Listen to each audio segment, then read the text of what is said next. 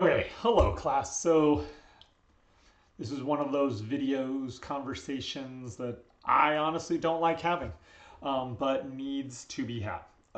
So a number of you saw your homework from last week and how you didn't do as well this last week as you may have done in previous weeks. And that came down to a few different things. One, you're still not doing free body diagrams and FNet equations. I sent a video out about that last week saying trying to stress the importance of it and telling you it's important. Two, um, the book has gone over how important free body diagrams and FNet equations are. You need to show those because they are vital for understanding what's going on and what's not going on. It helps me to understand where your thought process is.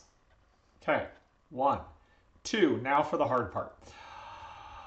On one of those questions, particularly the one with the block, I found that a number of you used a form to solve uh, that problem that we haven't covered in class yet. And so after I hit the third person in a row that had done it that way, I got online, and sure enough, some of those online problem solvers have used them. For example, Chegg did it exactly like some of you turned it in. Now, I can't prove yet, because I chose not to, that you were the ones who copied it off of a site such as Chegg. But I did contact Chegg as a professor, and they provided me with IP addresses. And those IP addresses put a number of the people who searched out my specific question as being in Arizona. So, yes, it is one of the perks of being a teacher, is that Chegg will provide teachers with IP addresses so we can prove who's cheating and who's not, if we request it. So, I also then, after a I then asked about another question on the homework, specifically the one with Crace and the uh, towel, rope, sheets, rope to get out of the building. Because a number of you solved it in a way that I have been giving that question on and off. I don't use it all the time, but I've been giving it on and off for 20 years. And a number of you solved it in a way that I've never seen before. Talking about acceleration and using friction to, aid in his descent. And so again, I looked online, and lo and behold, that's the way it solves the problem when you plug it into something like Chegg or other AI generated solutions that another teacher that I asked, I said, have you ever seen this solution before? They said, no, that's an amazing way to think about it. I've never had a student in 111 think about it that way. That's a great way of thinking about it. Did you teach them to solve it that way? I said, no. They said, check Chegg. So I checked Chegg, and it was there.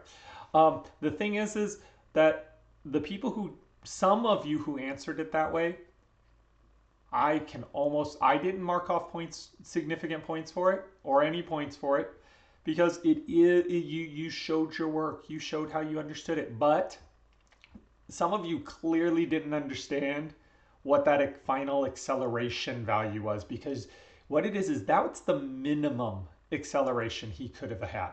He needed that or higher, and some of you said that that was the maximum acceleration he could have, and that's not true, because if he had anything smaller than that, that means he had to have used the rope to control, to hold up even more of his weight. The rope would have broken and he would have fallen. So he actually had to fall at free fall, 9.8, or up to that I believe it was 4.4 meters per second squared that some of you got.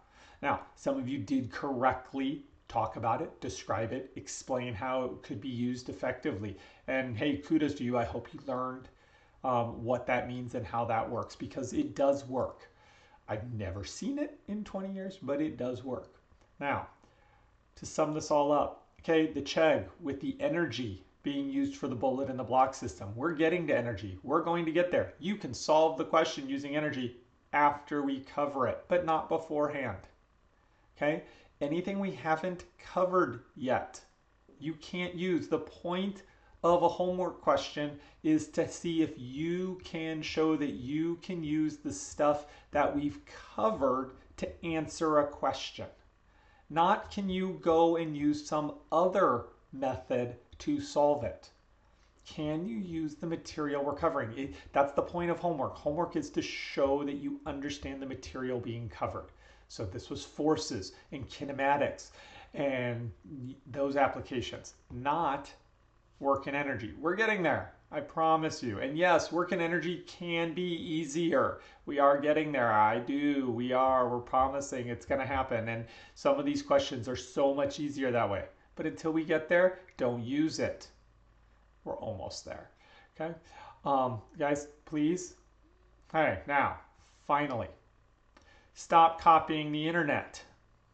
I don't want to have to spend my time checking IP addresses. I don't want to have to start basically giving zeros out for copying answers. I will. I don't want to have to. I don't want to spend my time doing it. I don't want to then have to spend your time having to discuss why you're getting zeros. So please don't do it. Please.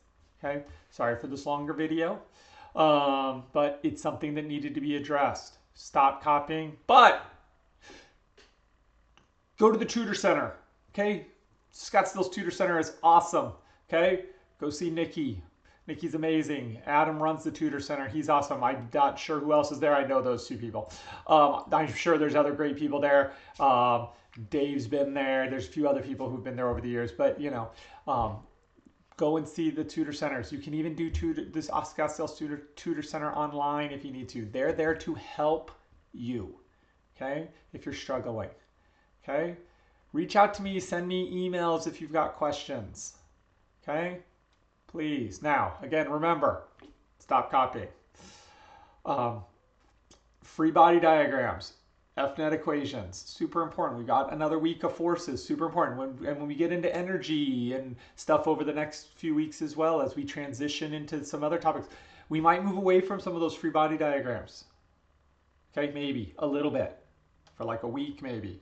They're still going to be there. They're still important. We're going to come back to them when we get back to other topics this semester, like momentum. Free body diagrams are important. When we talk about circular motion, free body diagrams are going to be important. Okay, those free body diagrams, those FNet equations, seriously, that is the most important thing this semester, in my opinion. Drawing a free body diagram and setting up an FNet equation. If you can do that effectively, you won't need to copy things off the internet. Okay, you won't need to worry about, am I doing this right? Just learn how to use those pictures, okay? And if you have questions, please feel free to, during the week, send me an email. I try my best to get back to people as quick as I can, okay? Have a good evening, day, whatever time it is when you watch this. Bye.